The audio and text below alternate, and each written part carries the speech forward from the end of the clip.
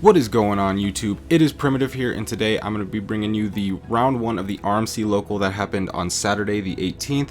This was the second of the back-to-back store championships that we had that day. So since the two shops were very close to each other, you may see a couple players who were featured in the last store championships also featured here. I did try to get as many decks as I could, and some people did change decks, just as Lonnie, as we see here, did play Hexablow at the last World Championships and is now back to his ChaosGallantmon purple deck with the Tactimons. Gonna go ahead and go straight into Digimon, so both players will mill the top 5 of the deck. So for a deck that has a pretty slow matchup between the two, milling the top 5 definitely will speed this up a little bit, hopefully. Getting the Digimon on board did threaten to potentially Digivolve after, but it did give the purple players so much memory that they were just freely able to go into Megidra, but the Transcendent Sword will just go ahead and take care of that. Reset the board. Now, the Digimon is safe for now. It can't get swung over, so getting that free check is pretty nice. As many checks as you can get as a security control player earlier is better, just because the purple player will eventually start to swarm the board, start going wide, being able to play level 4s, level 5s that Ultimate Flare isn't going to be able to clear. Matt comes out, see what he grabs out of there. Grabbing the Black Growlmon, so might be missing an ultimate in hand, so that fixed that problem, as well as being able to Digiburst out a rookie. So gonna Digivolve into Digimon here. This makes it even safer, as it likely won't die now, and you can swing and potentially drop Lucamon. So a little bit of a cut there. Just like with most other slower matchups, there will be a few cuts here and there if there are some longer turns that take some thinking.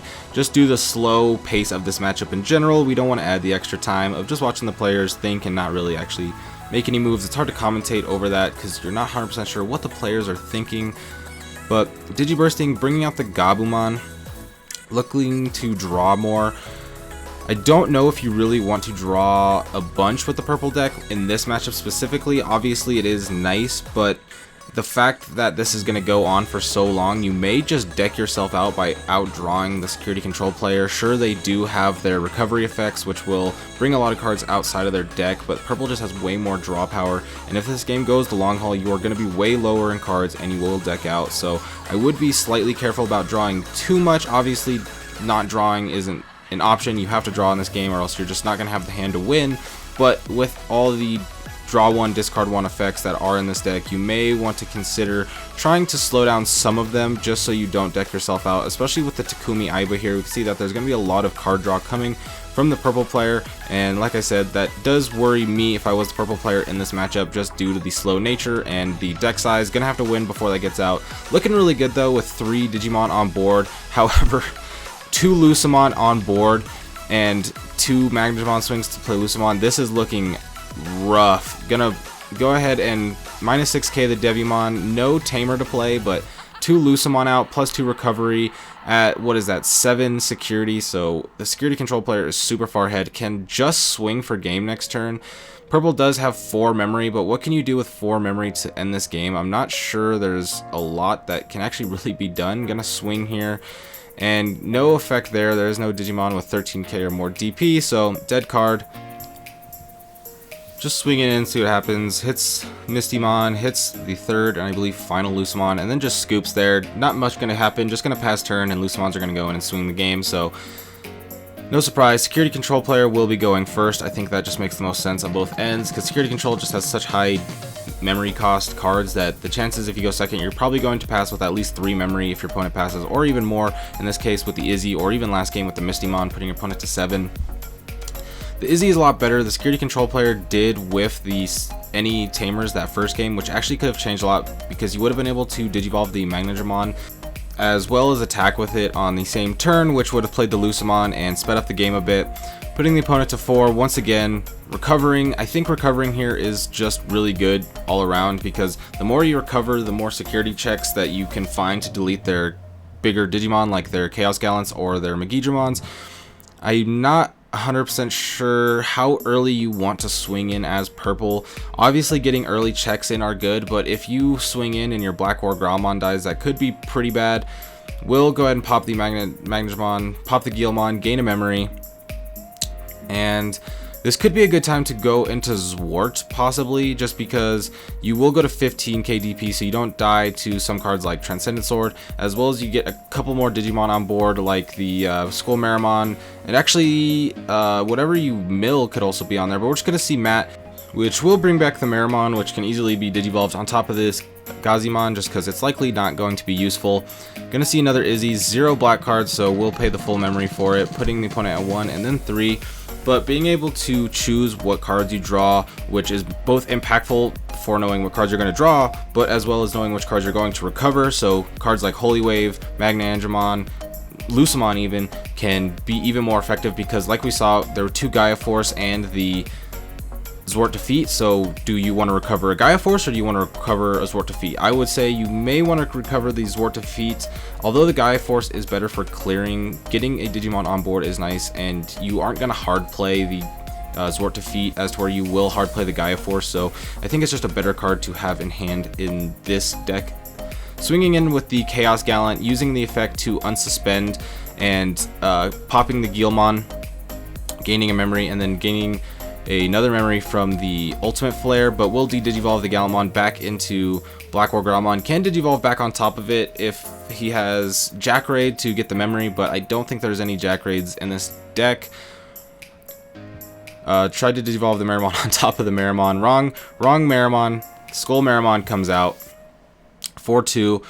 So double ultimates out. Needs the rookie to go onto the bench though, because you really want as many Digimon on board as possible going into this, so that way you can threaten your opponent. So they can't clear everything. So decided to draw the Zwart Defeat and then hard play it and put them to 10. So that's very interesting.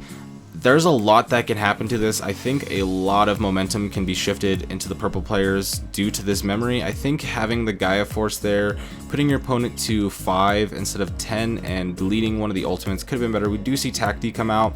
2 Digimon on board, so gonna have to choose which effect. I would assume we'll probably gain DP when attacking, just due to the fact that gaining memory seems slightly useless when you've been given 10 memory. You already have a plentiful supply of memory, so that you can pretty much play just about everything in your hand. You can hard play a couple things here, which plays around Ultimate Flare, and you can start going in for some swings.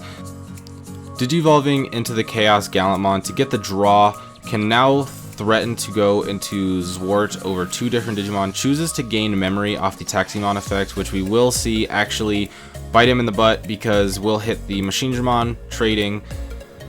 The memory could be nice here if you have something for 3 to play. I do see a Guilmon in hand, so could hard play some more stuff. Still plays into Ultimate Flare, but at least with the Guilmons, when you get Ultimate Flared, you gain an extra memory. So many cards in hand, there's probably multiple options. I don't know what's best. I don't think there's really a bad play you can make here. Your opponent just has a Zwart Defeat on board. That's never not going to be a Zwart Defeat.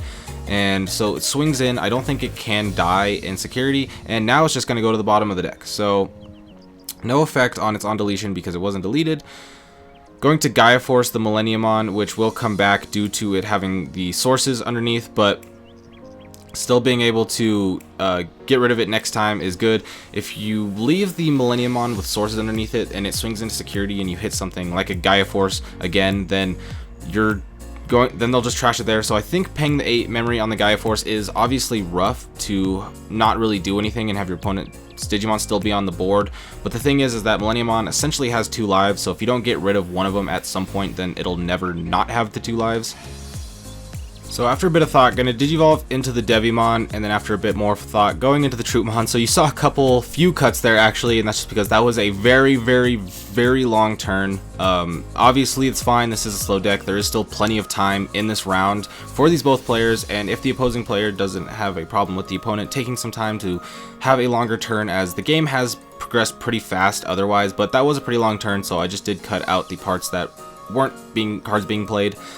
So purple player has 5 memory, which is a lot. That's a whole, pretty much a champion plus another Digimon. If you wanted to go wide, I think going wide is fine. The security control player has been able to just spot removal one thing at a time. You're going to have 5 Digimon promote next turn once you promote from raising, and your opponent only has 4 swings. Obviously, at least probably 2 of those cards are going to delete a Digimon, but the wider you go, the more swings you're going to have. Swinging with the Troopmon. The Troopmon is a fine one to swing with because it will replenish itself. A little confusion on the on deletion there, but yeah, that's my boy Troopmon. Troopmon goes hard. Security control player just doesn't have anything on board, which is not good, looking at 4, possibly 5 Digimon with more cards to be played. Going to Digivolve into the Skull Mara, going to 2, so once again has a couple different ultimates on board, which makes it so if the opponent does want to get rid of one of the ultimates, can still threaten Mega pretty much every single turn.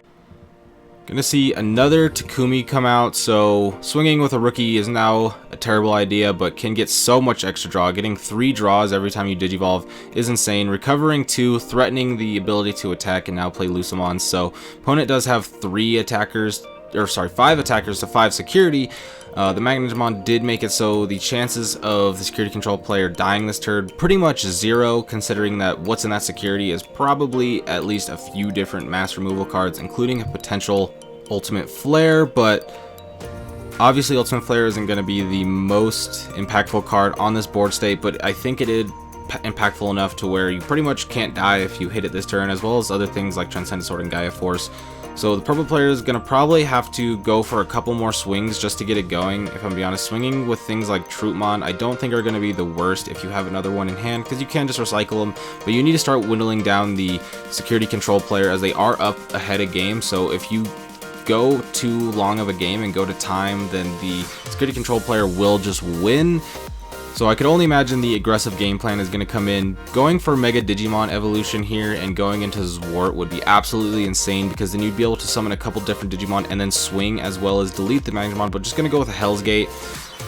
Probably one of the better targets, I guess. Obviously you can get rid of a blocker like Machinedramon, but being able to get rid of Magnetmon shuts down Lucamons, and it shuts down potential Salamons as well, so the chance for recovery was slowed down a lot from the Magnetmon being popped, and I would just say the purple player is starting to look at a really good spot. Whenever I play against security control, I do try to go for this wide board strategy that doesn't lose to Ultimate Flare, because then your opponent can't really do anything about it. They have a blocker, but the blocker is not really going to be valuable because none of the rookies are going to swing, because attacking with a rookie now costs you 2 memories to do, and I don't think swinging with a Guilmon is going to be worth it. It would be much easier just to Digivolve for 1. Swinging with the Chaos Gallant here, popping Troopmon to unsuspend, and then playing the Guilmon off of the effect, hitting Magnetmon so it's safe. Second swing from the Chaos Gallant can come in now, which may be worth it. The Chaos Gallantmon's probably just going to die from spot removal here very shortly anyway, so I think being able to swing in and hit something off security isn't the worst. Yeah, as we can see here, 2 safe checks, able to bring opponent down from 5 to 3 security, which in this matchup is pretty big.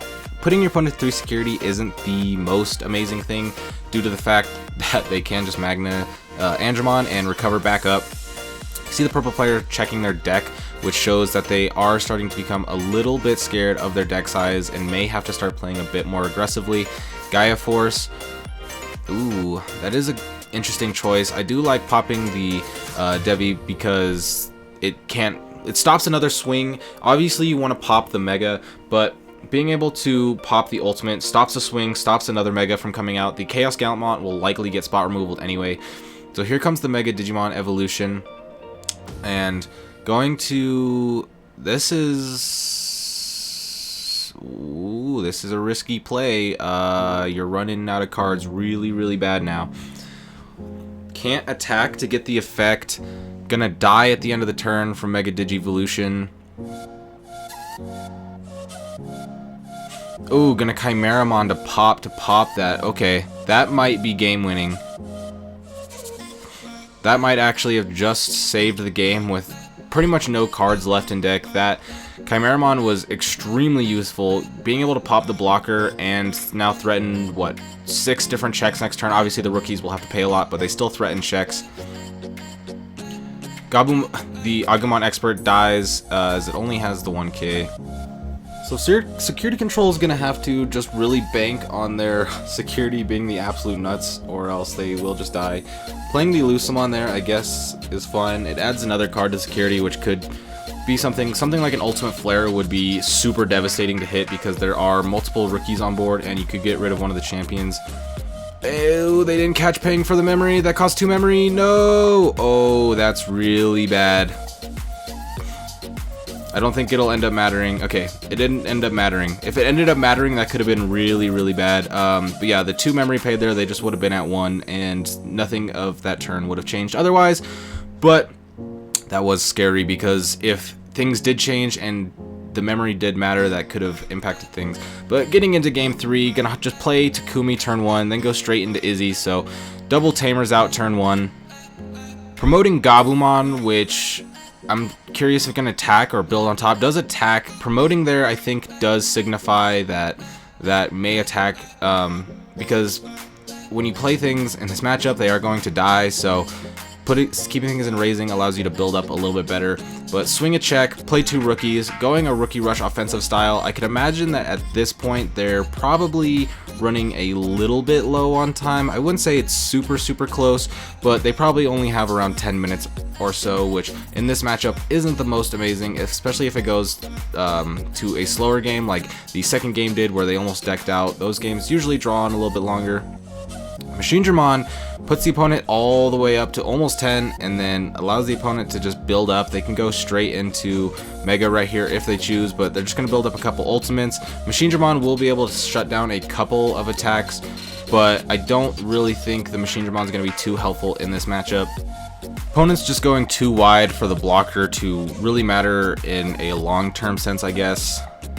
Sword to Feet does pop Takumi, so I guess agrees that Machinedramon isn't the best in this matchup and goes into the Sword to Feet. Can swing. Chances that it dies, I think, are close to 0. I think the only thing it can die to in check is opposing Zwart, which then would have deleted the Neo Devi on deletion. But now we're going to Digiburst, bring back a Guilmon, so more memory gain. 5 attackers to 4 security, and there is the blocker. Mechanorimon is super annoying for these Guilmons on the Gazimon, but can Digivolve into Chaos Gallant if they have it and pop it. Searching plays another blocker, which is only lightly relevant, I would say, but pop Guilmon. It's going to gain a memory, put him back at 0, yeah. So I want to make sure that they caught that there, but it goes back to 0, pops a Guilmon, brings it back, and so now the rookies are way more safe without the blocker. That won't just unsuspend on them. And now Zwart milling 3, and doesn't have to delete on this turn because it just played the natural price, which I think is really big, because now if a blocker comes out, going to be able to attack and activate the effect to delete it, but never mind, that doesn't matter. Opponent at 2, Machinedramon coming out, de-digivolving the Devimon. That's the only thing that can be de-digivolved, so now an Ultimate Flare is less relevant than ever. But I guess getting rid of a few rookies wouldn't be the worst. Gazimon gone for the Miramon. Gonna have to cycle up a bit more of these before they start to attack. The Machinedramon is back out, like I said before. I think putting your opponent to that much memory for just a blocker isn't the most impactful, especially when the de-digivolve effect only de-digivolved 1 card down from a champion to a rookie. So Skullmera for 2, so can now easily go into Mega, has enough memory to do so. Digivolve into the War Growlmon, so that is just cycling and searching, I believe. I can't fully see what the hand is in there. There's the Ultimate Flare, so that's gonna delete the Gazimon and both the Guilmon to gain 2 memory there. If they add the 2 memory. And swing, Izzy comes out. Pretty much never going to be 3 black cards because of the diversity of colors in this deck, but sometimes it happens. So Troopmon lives. Swinging with Troopmon shows that you probably have another one in hand, because that's just a way safer check. Blocks, swings, Ultimate Flare, de-digivolve, and it's just a de-digivolve. It's obviously not the best because you prefer to have your rookie over the blocker, or you'd rather have an ultimate over the blocker, especially now that it's suspended, but at least you didn't get your board wiped by that Ultimate Flare. Devi coming out, and then Takumi coming out, and then Guilmon, so Takumi will obviously hinder the rookies just a little bit.